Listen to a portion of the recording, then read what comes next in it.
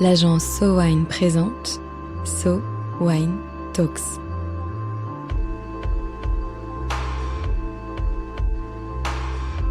La première série de podcasts analysant les tendances marketing et communication dans l'univers du vin et des spiritueux.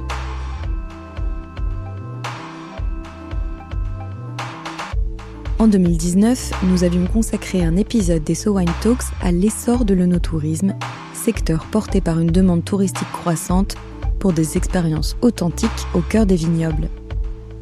6 ans plus tard, où en est-on vraiment ? Le dynamisme du secteur a-t-il tenu ses promesses ? Et quelles nouvelles tendances façonnent l'œnotourisme ? Aujourd'hui, un état des lieux du secteur de l'œnotourisme en 2025 avec Marie Mascret. Marie, aujourd'hui, tu voulais nous reparler œnotourisme. Est-ce que déjà, on peut repartir sur une définition ? Oui, la définition de l'œnotourisme, elle est toute simple, c'est la même depuis toujours, depuis plusieurs années en tout cas. L'œnotourisme, c'est l'ensemble des prestations relatives au séjour touristique dans des régions viticoles qui permettent la découverte conjointe du vin, des terroirs et des hommes sur le territoire où ils se situent. Ça, c'est la définition d'Atout France. En fait, l'œnotourisme, c'est une activité touristique au sein d'une région viticole qui implique donc un paysage d'intérêt ou des sites culturels, la valorisation d'un savoir-faire et d'une histoire, donc du patrimoine, et puis une offre d'hébergement et d'activités un peu spécifiques.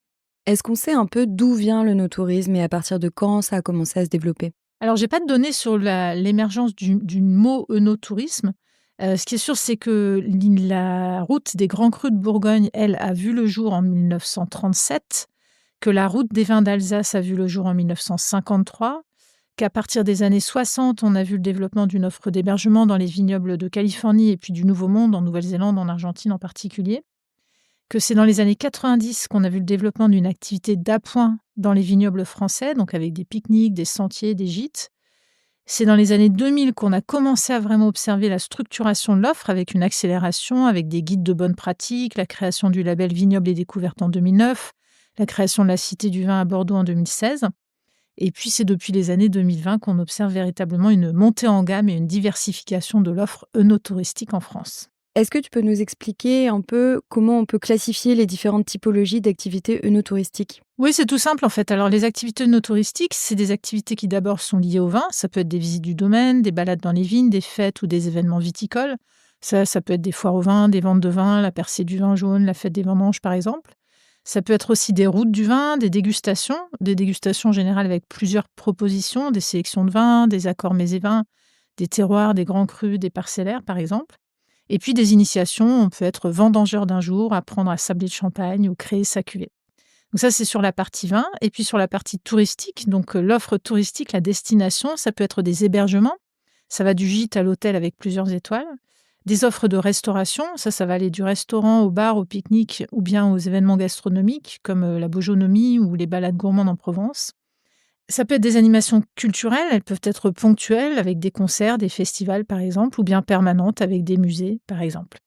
Et puis on peut aussi avoir des offres bien-être avec du spa, du sport, de la location de VTT, l'organisation de courses ou l'organisation de marches.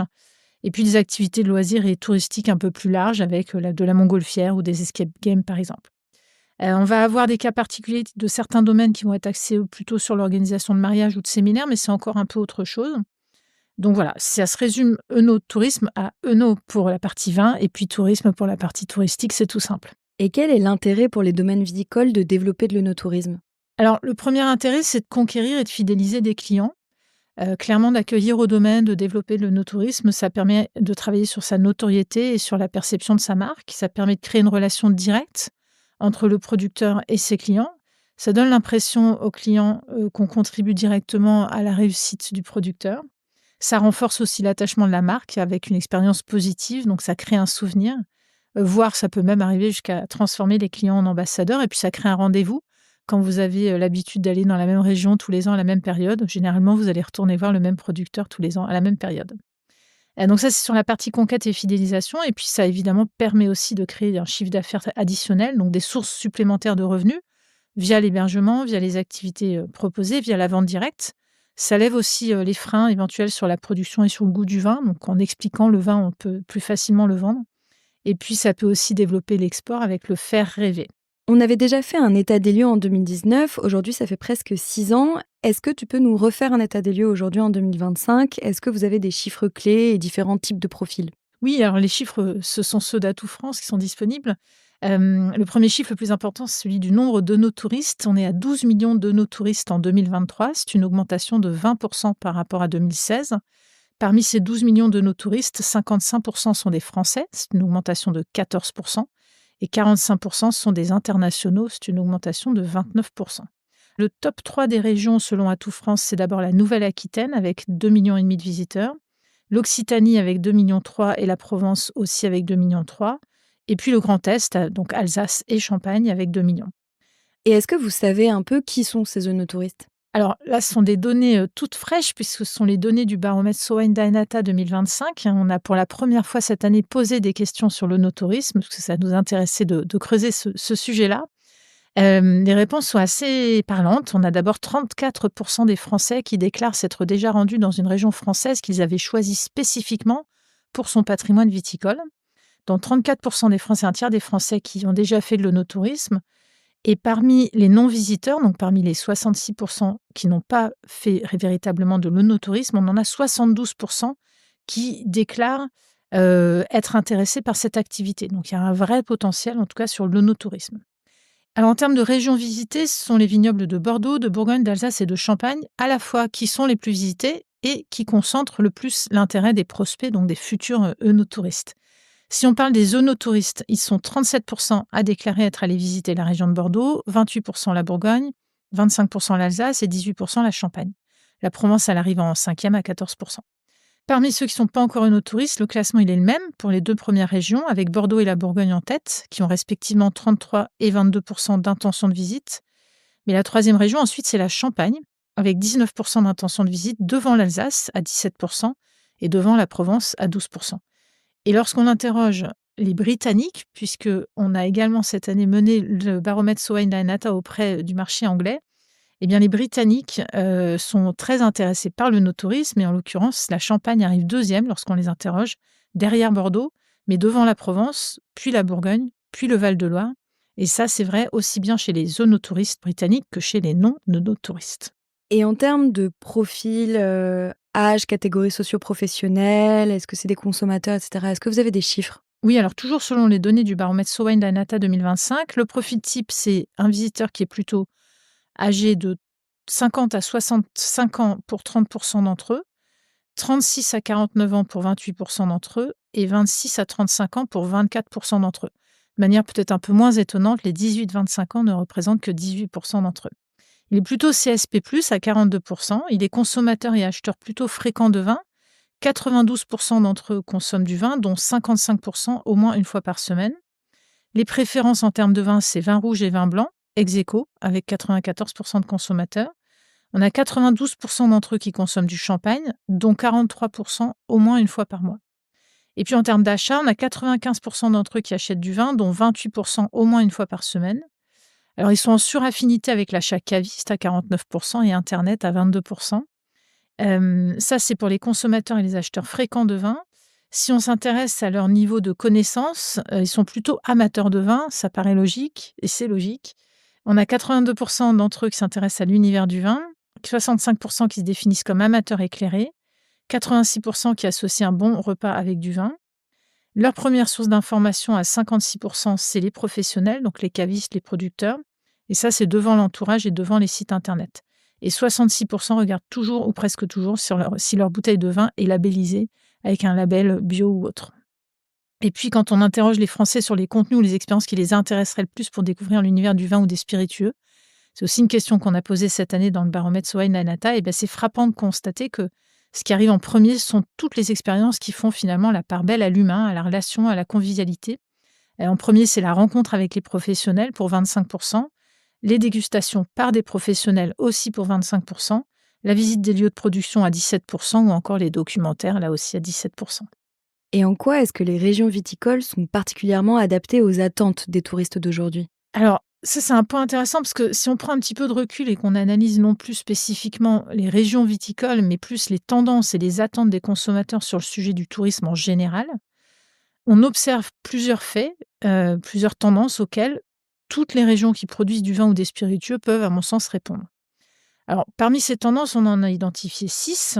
La première tendance, c'est le voyage en famille. C'est une tendance de voyager en famille avec les enfants, voire aussi avec les grands-parents, ou en tout cas envisager son voyage comme un voyage familial où chacun va y trouver son compte, qui s'est imposé depuis quelques années. Alors, le reste de l'année, en général, le temps passé en famille, il est souvent limité.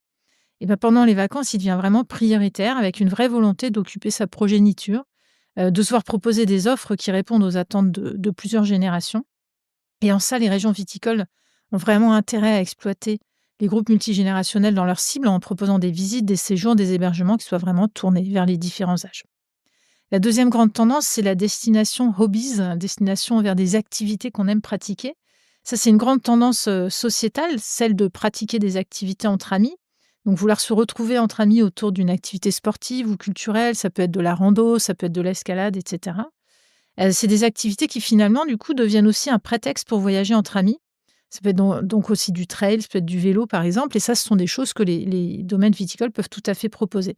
Et il y a d'ailleurs pas mal de domaines qui proposent ce type d'activité, avec des balades à vélo, des parcours de randonnée, des circuits pédestres.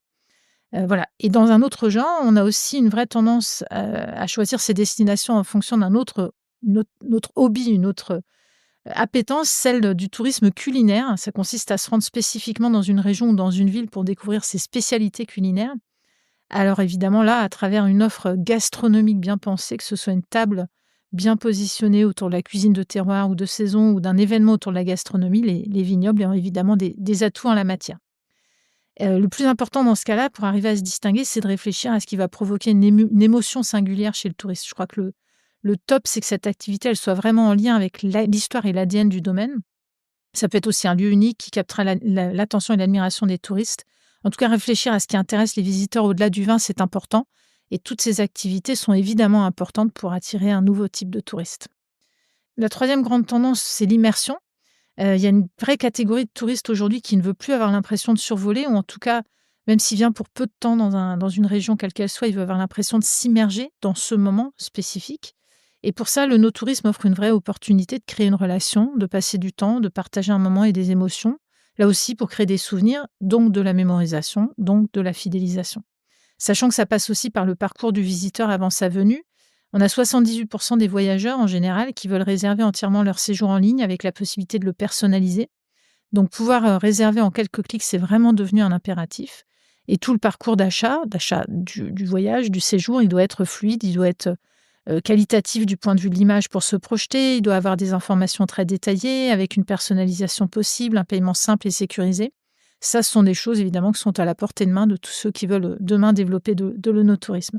Ça demande simplement de réfléchir au parcours du consommateur pour répondre à ses attentes. Donc, lui, se poser des questions de quels sont les mots-clés qui vont être recherchés, quelles activités, quelles occasions, quelles prestations on peut proposer. Est-ce que c'est de l'accueil en famille? Est-ce qu'on a une piscine, un spa? Est-ce qu'on propose des séjours de courte ou de longue durée?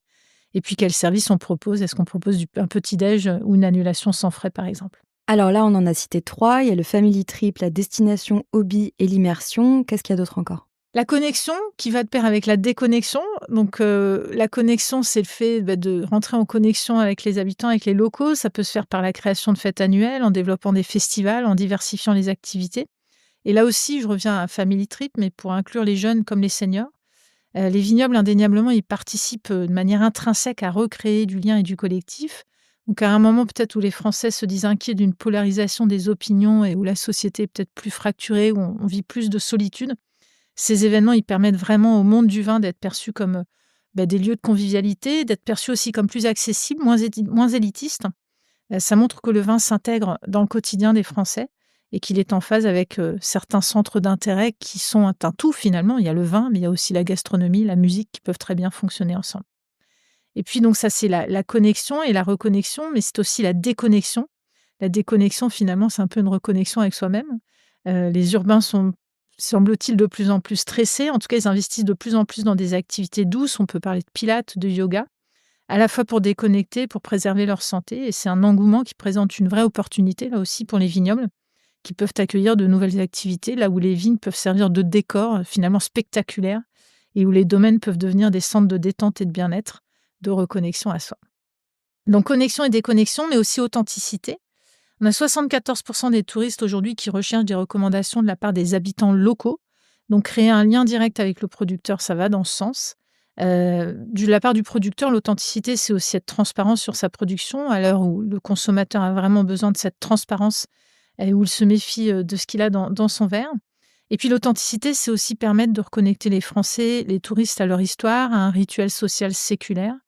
Les vignobles, finalement, c'est presque devenu une valeur refuge.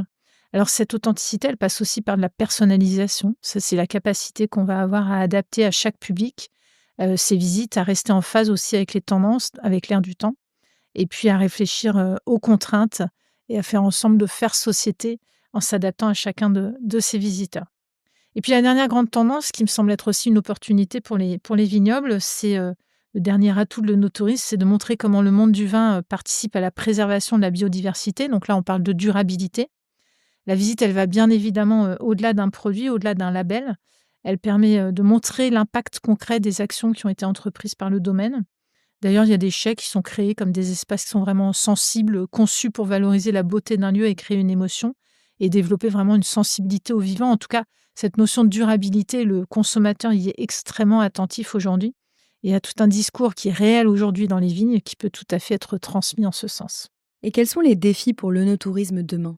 Alors, je crois que le premier défi, c'est de renforcer l'attractivité des régions viticoles en invitant certes les touristes à venir pour le vin, mais en allant au-delà, en proposant des expériences globales. Ça, c'est un peu la nouveauté, on va dire. C'est que jusque-là, on pensait œnotourisme vu de sa position, en se disant je propose du vin, donc je vais proposer quelques activités autour du vin. Mais le tourisme va bien au-delà de l'activité vin ou de l'activité yoga ou de l'activité vélo. Quand on vient visiter un domaine quel qu'il soit, on doit pouvoir effectivement, si on vient pour un domaine viticole ou si on vient parce que la région nous attire du point de vue de ses vins, y trouver son compte à ce niveau-là, mais aussi avoir une offre hôtelière qui est en phase, avoir une offre gastronomique qui est en phase. Donc c'est vraiment un défi de mettre en collectivité l'ensemble des acteurs du tourisme localement pour faire en sorte que la région soit attractive, certes pour son vin, mais pas uniquement. Un touriste qui vient visiter une région, quand bien même il aurait organisé tout son séjour sur ce thème, il a aussi envie de faire autre chose. Il a surtout besoin de comprendre que l'ensemble du séjour va être réussi et qui correspond à ses attentes. Il faut aussi qu'il y ait de l'accessibilité aussi bien en voiture qu'en train, il faut qu'il ait des parcours organisés, il faut qu'il y ait des événements locaux qui deviennent des rendez-vous éventuellement annuels. Donc il faut qu'il y ait vraiment une véritable offre en dehors de vin, qu'elle soit culturelle, sportive ou autre. Et c'est vraiment cet ensemble de facteurs coordonnés qui vont lui donner l'impression que l'ensemble des acteurs du territoire ont tout mis en œuvre pour qu'il soit bien accueilli. Alors, autre défi, ça passe aussi par des labellisations. Les labellisations, elles sont rassurantes, mais elles sont surtout la garantie d'un certain niveau de qualité et d'une attention particulière qui est accordée au respect de certains critères tout au long de l'année. Séverine Couvreur parlait très bien de l'inscription des coteaux, maisons et caves de Champagne en tant que biens inscrits sur la liste du patrimoine mondial de l'UNESCO dans un épisode précédent des So Talks. Et elle expliquait qu'une fois que l'inscription a eu lieu, inscription qui met parfois très longtemps à se faire, dans le cas de la Champagne, il a fallu 8 ans, et tout reste à faire. C'est pas juste, on n'est pas arrivé, c'est vraiment là que tout reste à faire. Et c'est là aussi l'un des défis des régions viticoles, c'est de s'assurer que les intérêts de tous les acteurs en présence sont pris en compte au service du faire aimer le vin. Il ne faut pas oublier surtout et avant tout que l'œnotourisme, il a été inventé dans les pays producteurs de vin dans le Nouveau Monde pour développer leur notoriété et pour créer une attractivité, pour compenser ce dont ils ne disposaient pas, à savoir l'histoire, le patrimoine, l'ancienneté du terroir, le modèle géographique des villages viticoles qu'on a la chance d'avoir en France. Et donc à ce titre, je crois que les régions viticoles françaises qui souhaitent développer de l'œnotourisme, elles ont vraiment tous les atouts en main pour que cet œnotourisme il devienne un moteur clé du développement économique au service du vin, au service des hommes, et puis au service du faire venir, et puis y compris au service de la préservation des cultures et du paysage, avec ce brin de convivialité qui est quand même intrinsèque au monde du vin. Ainsi, depuis notre précédent épisode, l'œnotourisme a pris une toute nouvelle dimension.